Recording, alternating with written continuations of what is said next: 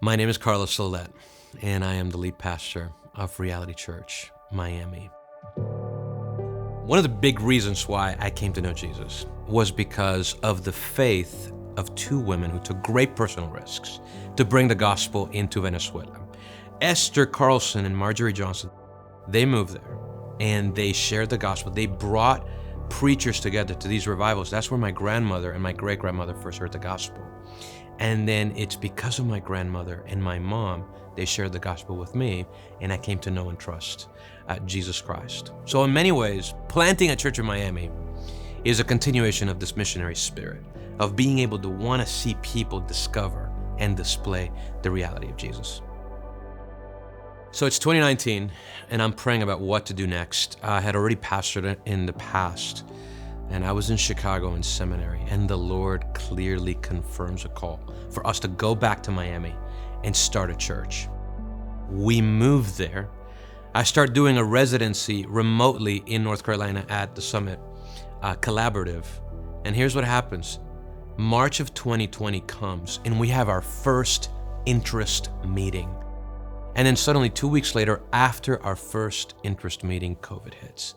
Everything closes down. What are we gonna do? So we did what everybody else did. We met via Zoom.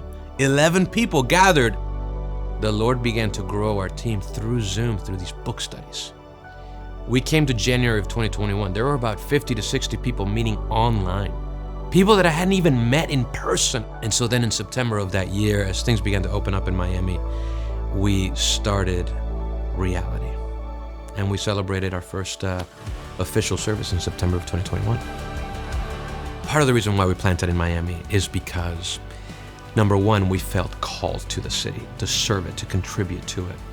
But then number two, there is an unbelievable amount of need for the gospel. We just celebrated 2 years. It's been amazing to think that now we have a 24/7 facility where people can gather in a strategic part of the city to hear the gospel and then to be equipped to share that gospel with their neighbors. It's just been unbelievable.